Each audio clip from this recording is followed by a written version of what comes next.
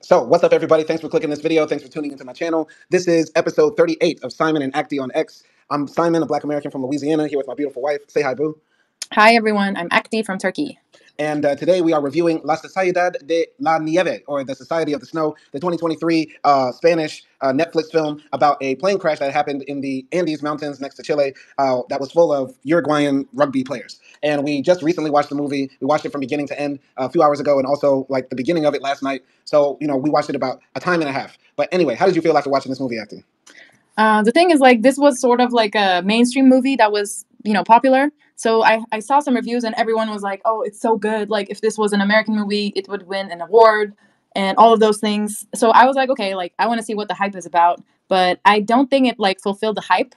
Or maybe I just went in with too many expectations. Not that it was a bad movie, but it wasn't, like, Oscar worthy, Mm-hmm.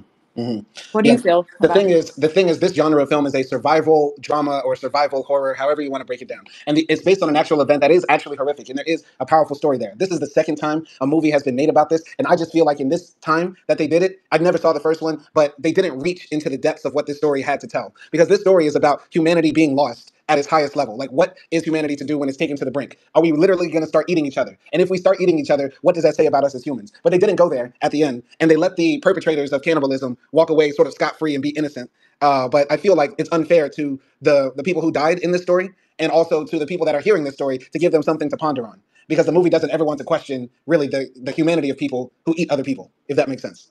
I mean, I didn't know there was a movie before this one about the same thing. But I think, yeah, like I felt like the movie's message was that all of the people who ate their friends to stay alive, they solely did it to stay alive, and they all really felt bad about it. Like, even at the end, it says, like, yeah, they were dead too, but they were just, like, the returned dead, and stuff like that. So it made it seem like very, that was the only thing they could do type of way that they portrayed. Right. Now, there's two types of survival drama films, at least the stories where it's man against nature, right? There's the stories of man accidentally ending up in a fight of survival against nature. Like in this film, they crash land into a mountain, and then they have to fight for their survival. And then there's stories of man and his hubris, or in another case, woman and her hubris, doing stupid stuff that has them fighting against nature. So last year, or about 2 years ago, my wife and I watched a movie called Fall. Do you remember Fall? Yeah. So in that film, it's about these two girls who are climbing this abandoned radio tower, and then they end up getting stuck up there. And now the story is about their survival. And in a story like that, there's a lesson to be learned about hubris, because at the end of the story, if the character survives, they say, "I'll never do that again," or "I need to check my ego." Or also, like in Jurassic Park as well, like the dinosaurs end up eating everybody, and then Dr. Hammond has to say, "Well, I'm never doing that shit again." But in a story where a plane crash lands in the Amazon jungle, or a boat ends up on a deserted island, the only story that can be told is just of survival, and there's no real depth to it other than that. Now, I'm not saying that this isn't a good movie or even a great movie, because there are times where it does move you, but I'm a person who likes to see a deeper theme or a deeper meaning to a story, even if it's based on a true story. Put some other layers and context into it. But this film, I felt like, didn't have any other deeper meaning, when the deepest meaning possible wasn't even explored. Do you follow me? Yeah, I mean, yes, I do agree. Like, yes, this is just like a story, right? And it's a real story, so they just told it. And is there a bigger, like, message that you can get out of? Possibly, like, they could have created one and went in depth with that one. Like, how far are we willing to go when, in times like this? Sort of like Lord of the Flies-ish, maybe. I don't know. But yeah, I don't know. I think like that movie The Fall, I was reminded of that movie when I was watching this one. And I don't know. In that movie, I felt like there was more action, and I was scared more in The Fall rather than in Society of the Snow. I don't think it was like that action filled. Like, there were some good scenes. Of course, there were some scenes where we were like, oh, fuck, like they're going to die and stuff. But it wasn't like mind blowing. Right. The thing that's different, though, is that this story is, obviously real, and Fall is fictional. But there is a story or a movie that we watched that I feel like does relate to Society of the Snow, and that's Open Sea. Do you remember that film? No. Open Sea is the story about those two people who are on a diving trip in the Bahamas. Oh, yeah, and they got left behind by their boat. Eventually, they stay out there for like 3 days, and then they're eaten by sharks. Yeah, right? I remember it now, yeah. Now, in that story, it's not their fault exactly that they're in that situation. But the way that they make and that is based on a true story, too. That really did happen to two people. And they made it terrifying because of the unknown and everything like that. This movie is terrifying in the sense that you did not know that a movie could be so bland and still get so much praise. And that's the scary thing. How come people are lauding and loving on this movie that is very bland in all of the parts that it matters? That's the scary part. Why does the public love it? I think people are just sort of fascinated by the fact that this is a real story. Like, this actually happened. And I don't know, like, why it's getting the praise that it's getting, honestly. Yeah, it is a bit, like, just out there, like, flat And I think like the most in-depth thing is that maybe like the concept of hope, even, I don't know, because it's like, you know, after some time they don't have any hope to keep on surviving, really, since like they hear on the radio that the searching has been stopped and is going to continue like in, I don't know, like 2 months or something, when the you know, the snow is thawing. And it's like, okay, why do you keep on continuing to eat other people to stay alive? Why do you keep on continuing trying to survive when you have lost hope? Maybe that's the deepest thing that this movie portrayed. And other than that, it was sort of flat. So I don't either like get the appeal. I get the appeal. People are just amazed that there are white Latinos. Once again, they're surprised. Oh, wow, there are white people in Latin America that speak Spanish. And this is where Simon gives his horrible black ass take now. Now, I speak to Latin American people all day. These are the people that supply me my bread and butter, so I'm able to have beautiful Ramadan dinner with my wife. And when I talk to my Latinos, they, by and large, do not look like the people in this film. The people of Chile, the people of Peru, the people of Argentina, of Uruguay do not look like this. And the thing is, Uruguay is a society, of course, that was colonized by Spaniards who came there. And this film, I feel like, is the story about the lost innocence of white folks, of rich aristocratic white folks who had a tragic thing happen to him. A tragic thing happened to them. And the thing about death in films, right? Death for anybody is tragic, and in real life is tragic too, right? But in the way that they paint it in this film, how you have rugby players in Latin America, how a good portion of them are blonde hair and blue eyes, freckled skin, aquiline noses, and that sort of stuff.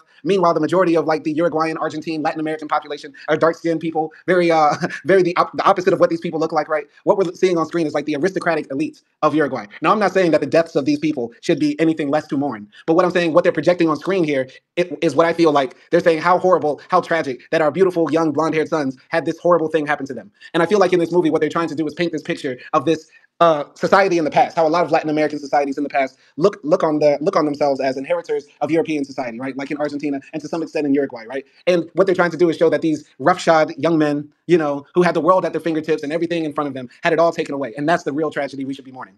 And no matter what they try to do in the movie to make us remember their names, as much as they try to put their names on screen or have the people shout their names the entire time, the whole point is not even to remember their names. Because by the end of the movie, I don't remember anybody's name. I just remember Numa. Other than that, it's not about the names, it's not about the people, it's just the facts about who they are. Who they are. We should be mourning the loss of life for these people, the tragic thing that happened to them, if that makes sense. That's a horrible take that nobody's going to agree with and nobody's going to see. But I cannot look at a movie based in Moreno-ish Latin America with a bunch of the whitest Latin American people they can find who got trapped in a mountain, and we're supposed to feel sorry for them, if that makes sense. Okay, so you're saying like they whitewashed the story? No, the story is probably very true. They were all probably very white. I mean, like the depiction of the story, they whitewashed it. No, they didn't whitewash the story at all. Probably, I don't know. I don't know the original people. The people who played the actors in this film are all like new up and coming actors from Uruguay, Argentina, whatever, right? And what I'm seeing in Wikipedia is that they talked to the original survivors of this film. But I'm not saying that they whitewashed the actual story. What I'm saying is that the story in and of itself is trying to tell us that there's something to be mournful of and that there's something extra tragic about the loss of life of these young white boys in this mountain, if that makes sense. Okay. Okay. You won't see it. I know you won't see it. No, I understand what you mean, but for me, it sounds like they're showing, okay, what you're trying to say is so that like they're showing extra care of how like the characters are depicted because they are chosen like one of the whitest like people in these countries, and the usual people don't look like that. Yes. Okay. I can see that. I mean, I don't talk to like Peruvians or Chileans every day. I see them once in a while on your computer screen, so I don't really know what they look like, honestly. Right. Listen, I'll just say this. What I'm trying to say is that the reason why this story is treated a certain way, why the young boys are not seen as evil for becoming cannibals and eating their own mothers or sisters or former best friends, the reason why at the end none of the reporters ask, how did you stay alive? And then we see the revulsion on the reporters' faces when they find out, damn, you really did suck on a pinky toe for the last 3 days to stay alive. The reason why the movie doesn't actually show them cutting up dead bodies. The reason why we, at the beginning of the film, we see these young boys playing rugby, living their best lives in this very European-looking part of Montevideo. The reason why they can, pull up to the departure gate of the airport and just knock over somebody else's bags and get out of the car and laugh is because these guys are considered, what the society values in young men. Youthful, virile, whitest of white, and able to travel and be jet set and all of that, right? And I feel like this movie plays into the psyche of what a lot of Latin Americans want to see themselves as very white, very aristocratic. And when something tragic happens to those people, it's extra tragic. It's extra traumatic because of what these people are supposed to represent. Does that make sense? Yeah. So you're saying that the title of the movie should have been White-ish Privileged Society of the Snow? Yeah, they're benefiting from white privilege by the fact that, if this was a movie about a bunch of black people who got trapped in a boat somewhere and started eating each other, I feel like there's no way we would look at this film and there not be the criticism of them more. If not from the film itself, then by the people who reported the story, right? But these people got to eat people, and nothing bad happens to them. They don't go to jail. They don't, nobody ever, bats an eye about it. I know the families probably forgave them because a lot of the people that were a part of this tragedy were also family members as well. Like brothers were literally eating their sisters, right? So Yeah. I can get why the family didn't want to prosecute, but still, why isn't the movie pressing the question more? Like, is it right to eat people ever? Yeah, I mean, I was waiting for that resolution, like towards the like at the end, when they learned that they were going to be rescued. They are like basically pulling themselves together. They're like like combing their hair and stuff like that. People are packing like memoirs from the plane and stuff like that. And then like these two guys who were, I think they were the ones who were cutting up the people to eat. They look at like all these bones. It's basically like a good, it's like all the people they ate during like 3 months, and all of their bones. Mhm. And it looks like a scene from like a Nazi movie, So like, and they look at each other, and one of them says like, "What are we gonna do about this?" Yeah. And then the other one doesn't say anything. And I felt like it was like something. At least they could have had that conversation between one another, if they're not gonna have it like with the media and stuff like that. Right. So I was like expecting something there, but they didn't give it to me. Yeah. They didn't give it to the audience there. Like, yes, there was like this inner monologue of Numa, right? And so like, I don't know, it wasn't enough to feel that way about eating people, because Numa was sort of like the person who didn't want to eat anybody, and he did eat it at the end. But yeah. I want to go back to the beginning of this movie, but before we do that, I would just want to give a comment because you said like they looked at all these bones left over and was like, what do we do with all this? And like when the police come and pick them up, like all they do is just like pick the boys up, don't ask any questions at all. And the boys obviously have some shame about what they did because when they're taking pictures of themselves, they make a pointed purpose to try to hide the bones under like suitcases and blankets and stuff like that. So they knew what they were doing was wrong. But I want to go to the beginning of this film because at the beginning of this movie, when you first turn it on, it's the voice of Newman narrating as the scenery shows like the Chilean Andes. And he says like on October 13th, we got trapped in the mountains. But first, let me take you to the past because the past always changes. This was a quote. And I saw this the second time. I noticed it the second time I watched this film. And I was like, why did he say the past always changes? That's such a weird thing to say. But as I'm thinking about this film, I'm like, this is what the film is trying to reshape the past so that we're not so harsh on these young people. Because I'll be honest, I heard about this story about these people who got trapped in the Andes, and I said, ugh, they're gross. They're nasty. How dare you eat people? And you were only like 5 steps away from Santiago. Like, y'all cannot wait to be cannibals. But the film is trying to ease people to what happened in this traumatic story rather than challenge people and question them. So that's why I feel like the quote was, let's go to the past because the past always changes. I don't know. What did you think about that? If you remember that part, anything? I mean, I don't remember that like quote, but yeah, it does sound like they are trying to sort of reshape it, because it doesn't feel at all cannibal when they eat the pieces, because they always around it there's always like some shame, or I don't know, like some other people, they give consent to the others. They tell them like, if I die you can eat me, or you can eat my sister and my mom. Like, those are crazy conversations. But yeah, I think they're just like really focusing on the survival aspect of it. And like, I was also thinking, like, aren't they now like addicted to human flesh? Because you know how they say once you taste human flesh, you would be addicted to it, and like you would always be thinking about it and stuff like that. I don't know if that's true, but I was thinking about that as well. I've never heard that. I've eaten a lot of pussy, and I'm addicted to it. Simon, I don't think that's how it works. Actually, I don't think you get addicted to eating ass cheeks. no, like when you cook it, I guess. I don't know. I think I've heard it in like a TV series or something. All right, I think you remember that from that movie Flesh. Yeah, but I didn't hear it there. Either way, pussy is good. Moving on in the story, the movie then goes to the scene where the young boys are playing rugby on the field, right? And I knew as soon as I saw rugby, okay, this is an aristocratic group of kids, because rugby anywhere outside of the UK, New Zealand, Australia, or India, or South Africa is an aristocratic sport. If you're not playing this sport in one of the old Dominion kingdoms, if you're not a part of the Commonwealth and you're playing rugby, you probably, have psychoactive medication that you take. You probably have a personal therapist. You probably treat your housemaid like a personal slave. You probably pay the smartest kid at your high school to do your homework. You probably treat Ralph Lauren clothes like gym shorts. Okay, I think we get it. You're probably, and you're probably your cousin is probably also your uncle, if that makes sense. You're that inbred. That was gross. You're probably that inbred, that incestuously rich, where you're playing rugby in a country where that's not a part of the fabric of society.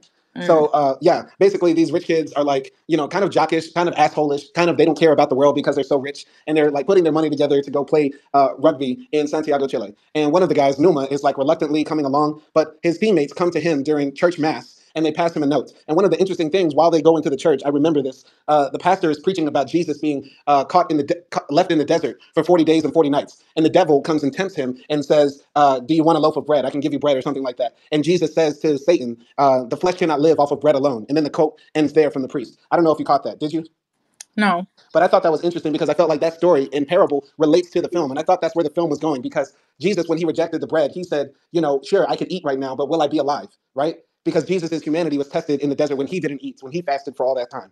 And these boys, right? Of course, they were in a dire situation, and who knows what anybody would do in that situation. But were they still alive when they decided to eat their partners and their friends and their family members, right? And I thought that's Yeah. what the film was going to try to do and draw that parallel. What do you think? Okay, that's very interesting. I didn't like catch that, part, but yeah, I mean, it was kind of like they had this.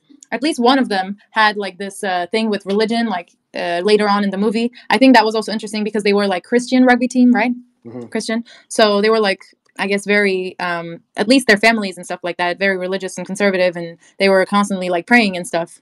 But yeah, I think that also could have been explored deeper as well. Like, what does religion, what role does religion play in these type of situations? Because when you're, doubting that you're going to lose your life, the first thing that most people do is pray or, hope for it to go to like heaven and stuff like that. Right. But it wasn't that much explored as well. It was like surface level explored. Right. And I think this movie shows that most Catholics don't actually care about their religion because I didn't see one person say a Hail Mary or Thank You, Father before they bit into their cousin's thigh. I didn't see not one prayer. Nobody said grace before they started nibbling on thumbs and shoulder blades. Wow. I mean, I don't know if that would count because it's not like something good that you should be doing. So they knew they were like committing sin in terms of their religion, I guess. Right. I mean, everybody here was nominally Christian, right? They're Christian up to the point where it looks like you're either going to eat somebody's dick or your dick is going to fall off from frostbite. Like, what are you going to do? So they were Christian up to a point of starvation. Yeah, of course. I mean, everyone is kind of like that. Right, right. But anyway, moving on in the story, eventually these guys are like in the plane flying to Santiago. They say bye to their families. It's about 40 people on the plane who are like, a lot of them are the rugby players, but then some family friends, and then also the crew. So it's about 45 people. They're flying over the Andes. And by the way, all the shots of them flying over the Andes and also the mountains and the snow in general was beautiful. And I feel so bad that I've been talking to Peruvians and Chileans all these years, and I still have not gone to these beautiful places. I feel so bad. But yeah, what did you think of the scenes when the plane was flying over the mountains and the geography in general?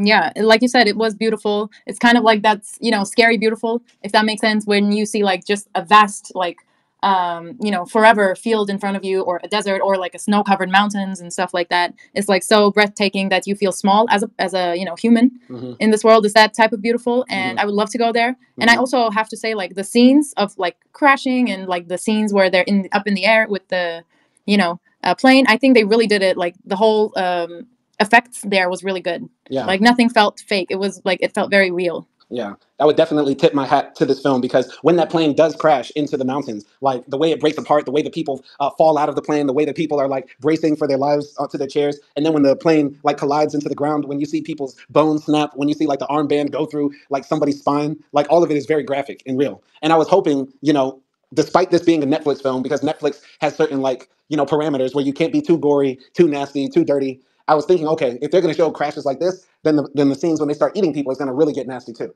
But at least for the crashes, this part and also like later in the film, they do a good job of highlighting the fear and the trauma and like how grimy and graphic it can be. Yeah, those scenes definitely like make you feel grateful for wherever you are right now. Yeah. Like, thank God I'm in my living room watching this from the TV. Yeah. Thank God I have aerophobia and I don't want to fly a plane ever again now. Exactly. Yeah. We're just going to Uber our way to Asia. Or we can take the boat. Yeah, yeah. But moving on in the story, basically, like half of the plane like breaks apart. So like basically, only like the cockpit and like everything up to like seat F-35 is still in the plane. Like anything after E-13 is gone. Economy class gone. Like if you were in, and see that's another layer and metaphor for the film. Only the first class and business class seats were left. That's hilarious. I didn't even think of that, Simon. So the upper echelon of kids of Uruguay are now stranded on this mountaintop in the borderlands of Chile, right? And they're shocked. Like a lot of people are hurt, some are injured, some are dying, some are already dead. And during the first night, they're freezing to death. A few hours later, the temperature drops 30 degrees. They're all huddled up in the cockpit of the plane, basically like shouting and screaming. And it's like a frozen hell. This movie does a good job of making everything seem very hellish, even if, it's in a totally different setting, like being stranded on top of a mountain and you have to cling to the people near you to survive. And they're screaming like, if you fall asleep, you'll die and all that sort of stuff. They wake up the next morning and they start trying to plan ways to grab attention. They see planes driving by, flying by, and they're trying to wave to them and send signals. They think one of the planes spots them and they get all happy, but then they keep on waiting and none of the planes come. They start thinking about all the bitches that they missed and all the sandwiches they could eat back in Montevideo, all that sort of stuff. What did you think about, those beginning scenes when they were just getting adjusted to life on that mountain? I mean, I was, yeah, like it was, it looks very rough. Like, of course, all the conditions that they were in. And I was just like thinking to myself, oh God, like probably if I survived somehow this crash, I would have just like given up. Like, I would just like be laying down somewhere, waiting to die or peacefully like sleep and then die off in the cold. I was thinking about that because, yeah, like I would try to become one with nature and die off. But at the same time, it was like, like, yes, they went through like something very terrible, but they still had like rations. They were gathering all this food from all the, luggages and stuff like that. And yeah, I was just thinking, okay, like they still have hope right now, at least. I know something worse is going to happen.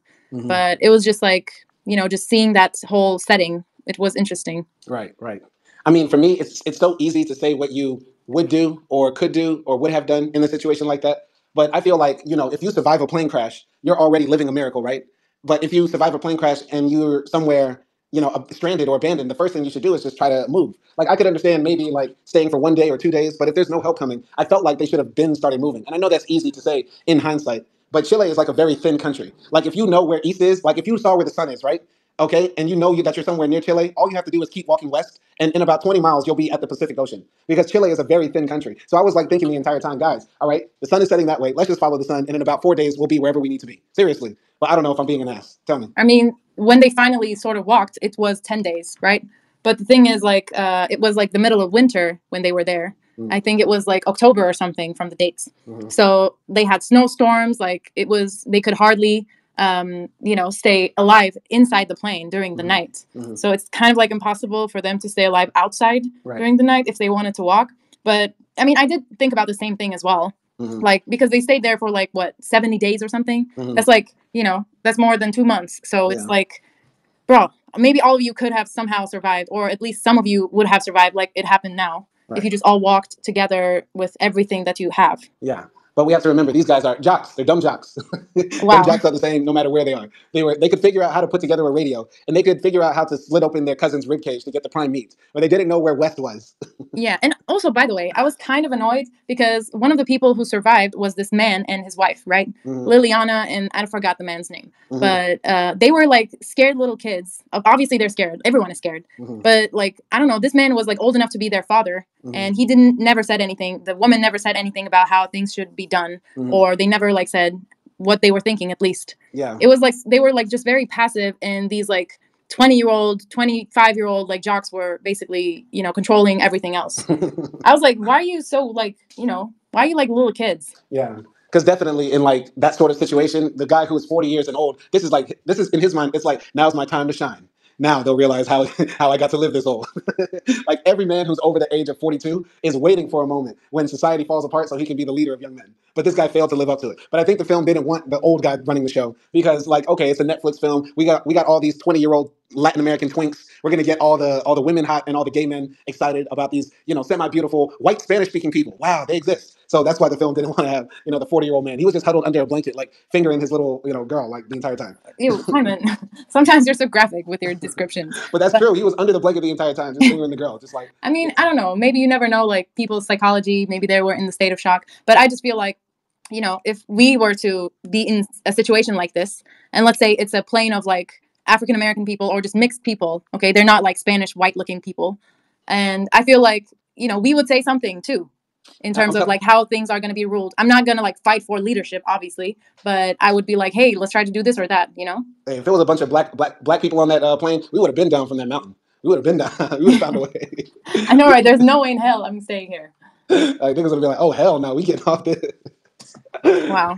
No, but for real, like, seriously. Can I ask you a question? Go ahead. If it was like a plane full of, black people, and I'm like the only white person in the plane, and we're going, and then we crash into the snowy mountain. If I say like, okay, all of you guys lay down in the snow and make a big X, would that be racist? That's very racist, but it's probably very smart too. But it's very racist. And we'll probably eat you first, and then do that, and then act like we didn't get the advice.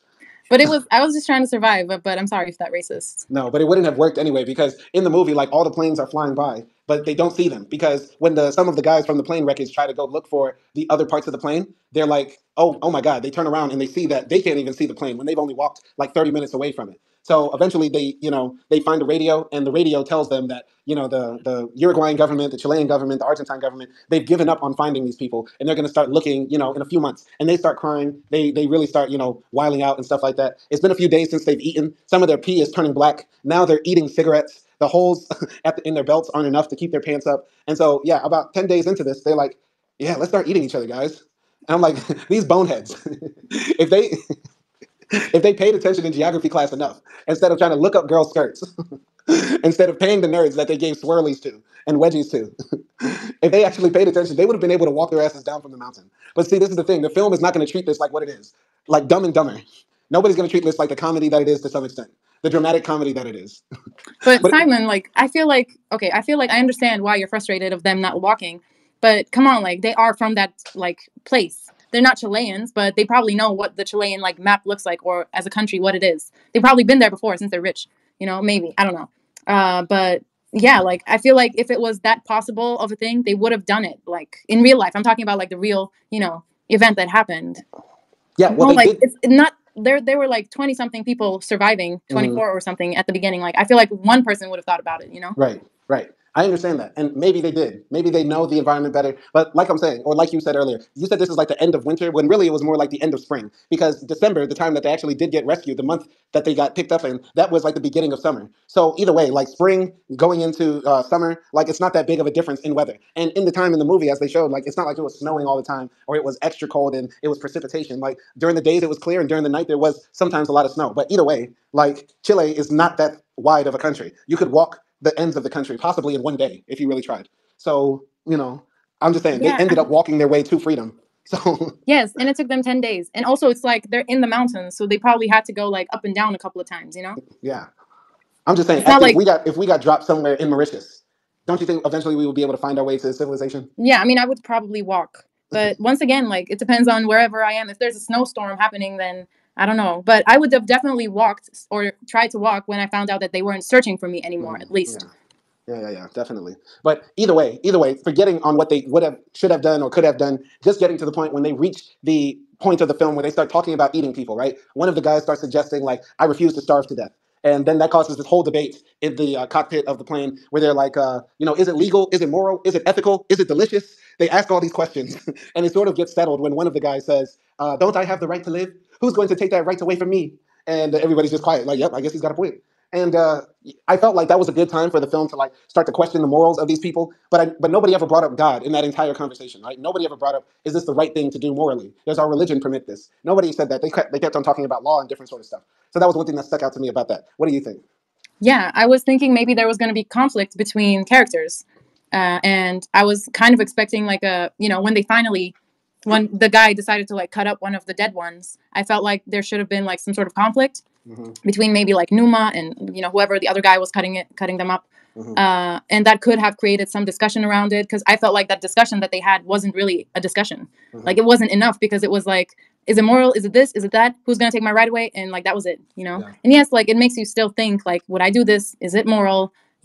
How like hungry do you have to be able to eat your friend's thigh? But yeah, I don't know. Like, maybe the fact that they didn't talk about it was that because they knew it was the wrong thing.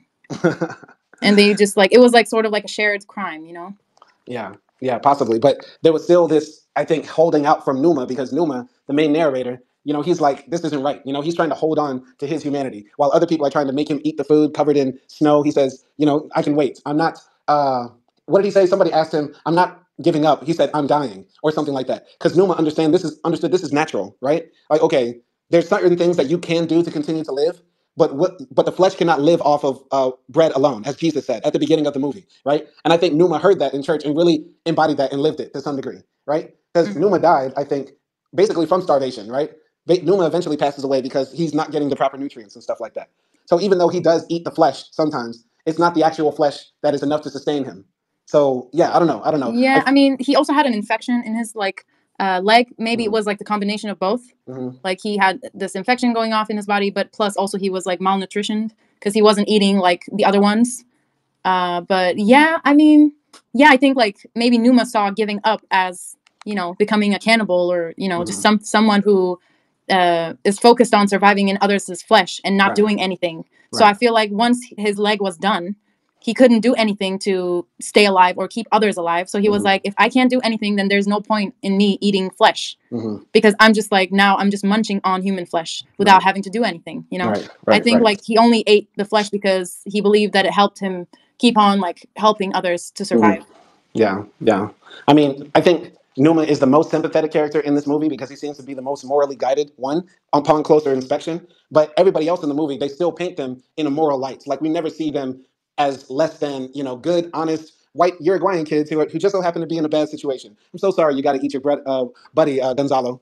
Like we never see them as anything other than, just kids in a bad situation. And I feel like that's wrong to tell the story this way, right? Because there's a good argument to make that it is never okay to eat people under any circumstances, right? Even if you're going to die. Like that's an argument some people would make. I'm not going to say that I wholeheartedly agree with that, but I do think that if you're going to tell this story, there should be some moral ambiguity in it. But throughout the rest of the movie, as the people continue to like nibble on each other's like eyelids and nose parts, like they just consider this okay, another fact of life. And I think they could have shown the gravity of the situation by showing them carving up bodies, by showing them pulling out the breast from the girl that died or something like that, and nibbling on that. You get what I'm saying? Yeah, I feel like maybe in a good way they could have done it is because like most of the people didn't cut the bodies, right? There were like these two doctor students or something like that, like medicine students, and they were treating people and they were also cutting people up. And they were sort of like serving it in a way that you wouldn't be able to tell it's human or who they are eating. They don't know. Only the two guys know who cut them up. So it makes them disassociate with, what they're doing and the cannibalism aspect of it. But I felt like the movie could have focused on what those guys were feeling, the ones who were cutting them up, the doctors. And it could have showed us like at least their moral dilemma between each other, because they showed them sort of like, this is what we have to do and we're helping everyone else. Yeah. Even one guy said like he was like believing in them and he was appreciating them because they were able to be the heroes that they needed and cut the people up without telling them who they were eating. Right. So they were seen as like heroes in this little survival society. But I wish they showed that conflict within those people. Right. And I feel like upon, scanning the Wikipedia article and like other content related to this, that a lot of the family members who are related to the people that were eaten, they've somewhat accepted the fact that what the kids did was understandable. And maybe they even look at their family members as heroes in a way because they sacrificed their bodies, because some of them said, when I die, it's okay to eat me and stuff like that. So maybe they've made peace with it. So I'm not judging, I'm not judging the family members, because I feel like in this film, a lot of the family members had input, because every time somebody died, they put their name and their age on the screen, right? So I feel like they were trying to show respect to those people. And I think the family also, respects them too and has forgiven their eaters, which is a weird sentence to say. I forgive you for eating my daughter. I forgive you for devouring my son. It's a very strange sentence, but it's probably real. But yeah, I still think even if they forgive them, we, the audience, might still say, no, that's not okay. Nigga, you could have walked to Santiago. Wow, that's hilarious. I mean, yeah, we don't know. Like, we weren't there. We didn't live this. So, like, I'm not going to say they could have walked, but they could have at least tried, I guess. I don't know. I guess. But moving on in the movie, not that much happens. Basically, it's 2 hours. And I got to say this. There are some parts of the movie I fell asleep on because I felt like this movie being 2 hours was absolutely unnecessary. Do you disagree, Acti? I mean, no, I think it could have been shorter. Yeah. Like, it could have been like an hour and 40 or something like that, I feel like. And we could have still got the same message. Right. I mean, the parts of the movie that make it a bit longer is that there's a big avalanche scene where the guys are like chilling in the cockpit, like spitting freestyle rap bars, like they're spitting the cipher. Then the cipher goes so hard that the whole mountain collapses because somebody just dropped the biggest bomb in a verse, like K. Dot versus J. Cole right now or something. And so then there's this horrific scene where like people are buried under snow and they're screaming, trying to pull people out from being suffocated and buried alive under snow. And then the avalanche hits them again. Because God says only one of y'all can have bars that hard. Wow. And so Mother Nature said, I have the hardest bars. Mother Nature dropped the mic. Yep. on them for real. And so, yeah, there's a very horrific scene like that. What did you think of that scene, the avalanche scene? Oh, yeah, that was like pretty intense. Like the worst part was that like how they got out of the snow and how like this one guy, I think it was Numa, who was like peeing on his hands because he was that cold. Like he probably couldn't feel his hands. Mm-hmm. So he was like, I have to like pee on my hands. And, that was also the part where the older guy lost his wife or girlfriend, Liliana. And when that happened, like I was thinking about you and me, like if we were in this situation and I died, like what would you have done? Or if you died, what would I have done? And stuff like that. And yeah, that was just like very, sad and horrible and terrible. And I was feeling cold. Yeah. Yeah. At that point in the story, if you were still alive, would you tell people, hey, it's okay to eat me if I die? Yeah. I feel like, okay, look, here's my thing. I don't know if I would eat a person if I'm in that situation. I would try to wait as long as I can. But like if I'm set on surviving, and if I feel like I can survive that situation somehow, and they are a big group when you consider, like, there are like 17 people that survived. I feel like I would probably eat at the end, not 10 days later, because I feel like I have enough fat in my body to last me for like a good, at least like 2 weeks or 20 days or something like that. But if I'm like, if I need it, I would eat somebody, and I would also give them consent to eat me, because I'm not a religious person, first of all, and I feel like that plays into it. But when it comes to the morals, the other person is already dead. And for me, at least, as a person, like, what matters more is what you gave to the world rather than your body. And you can actually, with your body, save someone else's life. But there's also, I don't know. I mean, there's a lot of layers to it. So, yeah. What about you? Man, them rugby players can suck my dick. They can eat the cum out this cock. Ain't nobody eating me. They were seriously. These guys could have sucked each other's dicks to stay alive before they started eating their own brothers and Once sisters. again, Simon, semen is not something that nutritious that will keep you alive. Oh, but eating your brother's kneecaps is. Fuck out of here. Yes, it's meat. It's protein, Simon. No. These people were just ready and willing. These bonehead knucklehead football players who had CTE, like latent CTE, because they were playing the roughest game on earth, knocking their skulls against each other. The first thing they started to do after about a week and a half, because they didn't stay awake in biology class, they think, bro, I'm gonna die if I can't eat, bro. So then they start eating their own, eating the shins of their fellow players. Are we serious now? Suck my dick.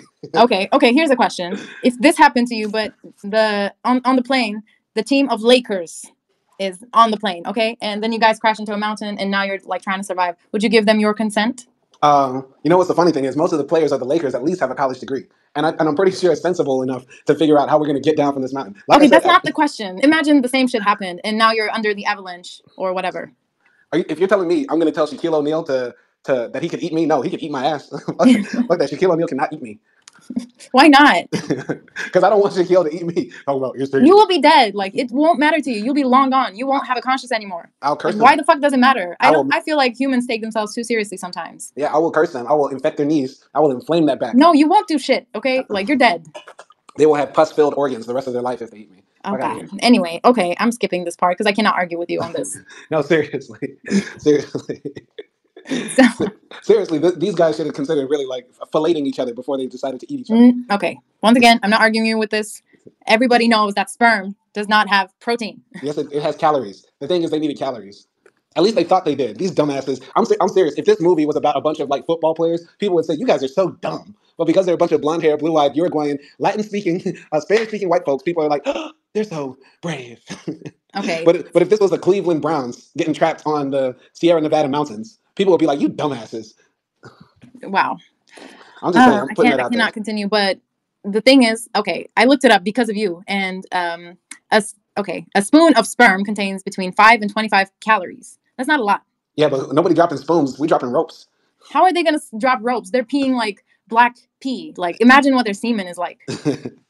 It's like purple or something. I don't know. That's gross. And who thinks about jacking off and ejaculating and sucking each other off in the middle of something like this? Who thinks about eating their own father? Oh, you know why they did it, so stop. All right. If you're that desperate to eat somebody, you're probably also that desperate to suck a dick. So try that first. I'm not continuing this conversation. Move on. All right. Anyway, that's pretty much like the end of the movie. They start sucking each other off. And then No. I mean, it's like, okay, so let me tell it. So the avalanche happens and they're under the snow, and this is like the first, and they're there for like 4 days. And this guy is like, one of the guys who were cutting up the bodies, he's like, okay, we have to eat another one because we've been here and we can't eat anything. And now they have to like see actually the guy cutting it up, and they know who they are eating. So now like the whole faceless thing is gone. But Numa is like tired of this shit. They're like, these cannibals, I can't like, be in the same place as you. And he starts like kicking off the, top of the plane, and he gets out basically. And I think like, yeah, what happens after that? Basically, like, they're still trying to survive. Some of the guys, find the other end of the plane that has the other suitcases and the radio. They try to put together the radio. They're sending out messages. Nobody's answering. They also find some like chocolates and cigarettes and rum, and they're like eating that. And the three of the guys say that they're going to walk to try to like find their way to civilization. And eventually 2 of them end up continuing to walk. And then they get met by this like Chilean cowboy who finds them. They exchange messages. They go back to meet the other guys with the helicopters. They bring them back to Chile. And basically the end of the movie is that the guys are in a hospital, surrounded by the press, and they're getting nursed back to health with the Chilean medical staff and everything like that. And there's never any question brought up about the journalist reaction to them eating people or anybody finding out how they stayed alive. Nothing like that. None of that is ever brought up, which I feel like is a big disservice. But that's it. Okay. I mean, yeah, I think it would have been good to see like maybe them being interviewed about it and stuff like that.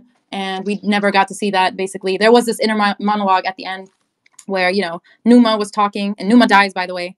He doesn't survive, and he was saying like it was sort of like he was. I feel like he was insinuating that the survivors will always feel guilty because they survived and the others not, and also they will always feel guilty because they survived off of their flesh, Right. literally. Right. And I feel like that was like the message of the last monologue. But yeah, there's no confrontation or conflict around that. Right, There's just right. like this sort of we're sorry type of thing. By the way, Mad Villainy jumped into the comments. He said, how long can the cannibalism last? I think these guys would have continued eating people. Like, they were starting to get used to it. Like, at the end of the movie, they were, like, singing songs together, like, just chilling by the plane and like, nibbling on, like, beef, like, rib tips and stuff like that. Eating kidneys. They were saying stuff like, what was once gross is now tasty. Like, No, they didn't say tasty. They said it's, like, routine. like, they said, this might look gross, but it's better than Olive Garden. Like, they were just the movie started becoming ridiculous, honestly. When I think about it now, I'm not trying to make light of any of the people who died or who got eaten, but the entire situation is a bit silly if you really sit back and think about it, that this is what they resorted to instead of other means, right? I mean, it's the story, what can we say about it? It's the story that happened. So there's not really like they could have done this, they could have done that. I think we had that conversation. Right. But yeah, like towards the end, it felt like they could have this is what it felt like to me. I was thinking, okay, maybe there were people who used to live in these mountains like this, or I was thinking about like Eskimos and stuff like that. And after some point, I was like, okay, they're just gonna like have their own community here, and they're gonna like just chill here, survive somehow. It felt like they were like the beginning of a civilization or something. Well, you can't start a civilization if nobody's willing to suck a dick, and all they wanted to do was be cannibals. Okay, yes. All right. I know you're pissed. Matt Villainy jumps into the comments. He said, it's got nutrients, but it's intended for the ladies. See? It's got nutrients, actually. Okay, Simon, here's a question. What? Would you rather eat cum off of another guy's dick, or would you rather eat your cousin's left cheek? I would not eat another person. If I'm that desperate to suck a dick, I'll probably eat a person. And I'm never that desperate to suck a dick under any circumstance.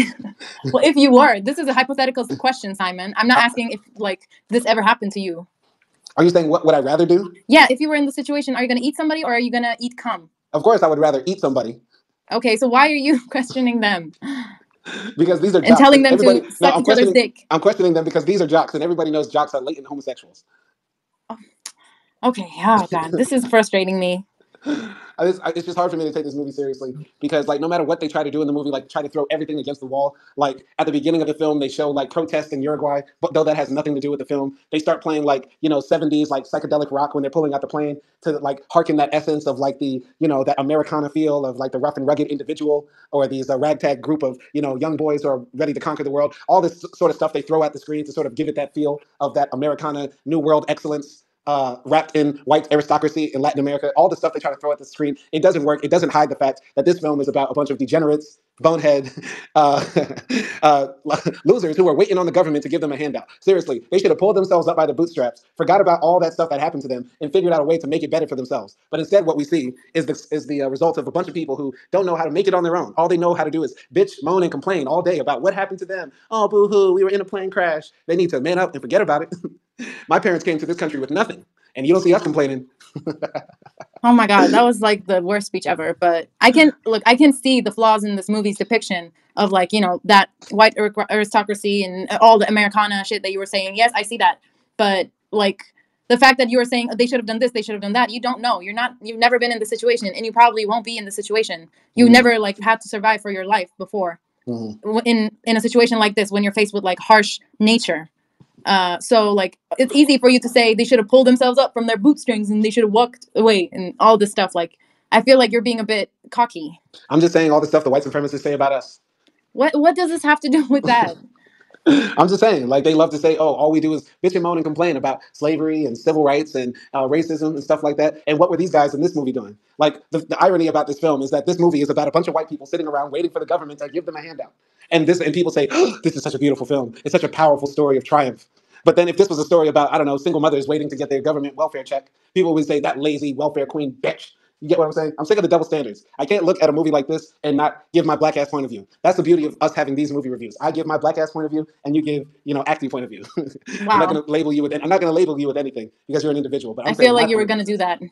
that. Huh? I feel like you were going to label me as the white point of view. I wasn't going to label you with anything because you're your own individual. You can label yourself. But all I'm saying is I cannot look at a film like this without black ass eyes and see the hypocrisy and the irony of all of it.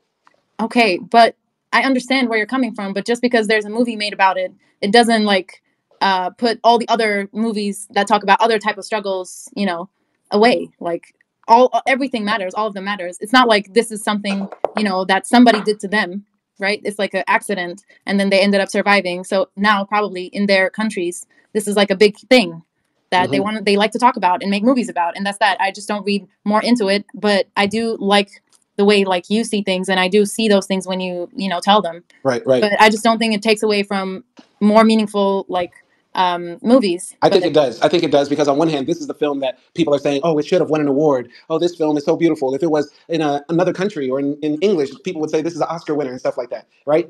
Okay, I want to ask you this: like, how many black people do you think are in Uruguay? How many black people do you think? I have no idea. Maybe Five like percent. 5% of Uruguay's population of about 5 million people is black. okay, I was gonna say 10%. Okay. Okay, well, still 10%, 5%. It's a small amount, but it's a visible and large amount, right? There's only about 5% of France that's black and stuff like that, right? If there was a Uruguayan movie about the Atlantic slave trade, about how black people ended up in Uruguay and all the oppression that they went through and all that sort of stuff like that, don't you think there would be a large amount of people telling the black Uruguayans or whoever made that film to get over it? It was a long time ago. They need to forget about that. Why are you waiting for the government to help you? All that sort of stuff. Don't you think people might say that? Yeah, So people might say that. A lot of every people can say anything, Simon, and there are a lot of retarded, racist people who like say that type of shit about like important movies. So yeah, but that's the audience and not the movies doing. I feel like. Right. So in the spirit of equality and balance and equity for all, if they're going to make fun of our tragedies and our stories, I'm going to laugh at a story of a bunch of white folks who got into a bad situation and now they're asking for the government to give them a handout. And I'm going to laugh at the idea that Latin American Spanish speakers are praising this film for doing another, whitewashing example of Latin American society. Most Latin Americans don't play rugby. Most Latin Americans don't have the phenotypes of people from Frankfurt, of Austria, of Wallachia.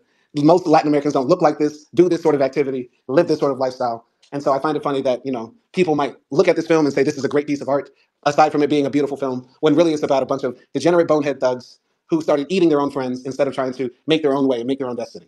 That's my opinion. Okay, what do you give this out of 10? 4. Okay, well, I don't think this is the greatest movie ever made, or I don't think this should win an Oscar or whatever award that is important. I just think, like, yeah, it's an interesting story that happened, and like I said, I liked The Fall better, which is kind of similar to this. Like, you should check that out if you love these type of movies, because I felt like The Fall was more action-filled and more, like, of a thriller. And I do, like, see what you're trying to say as well, like, it's sort of like, from the lenses of a white supremacist Uruguayan guy a little bit. So I do see that like critics, and I think I would give it a 5. Okay. All right. Well, sorry guys for this review. Sorry if we just tore up your favorite movie of all time. Loki, this film was kind of trash, and you're not missing anything by not watching it. But you can watch it if you just want 2 hours of something that can put you to sleep very quickly. But yeah. All right. Anything else? No, it was like just average. That's it. Yeah. All right. Well, this has been episode 38 of Simon and Acting Movie Reviews. We hope you enjoyed it. Send more recommendations. Let us know what you would rather do. Would you rather eat your mama or suck a dick to survive? If you were trapped on a mountain, what would you do? Moral dilemmas. Or would you rather just walk 10 days to Santiago? I'm sorry. But yeah, more movie reviews coming soon. Simon and Acting, episode 38. Check us out on Cinema Crossroads on Spotify. Backpack Bandits on YouTube. Peace.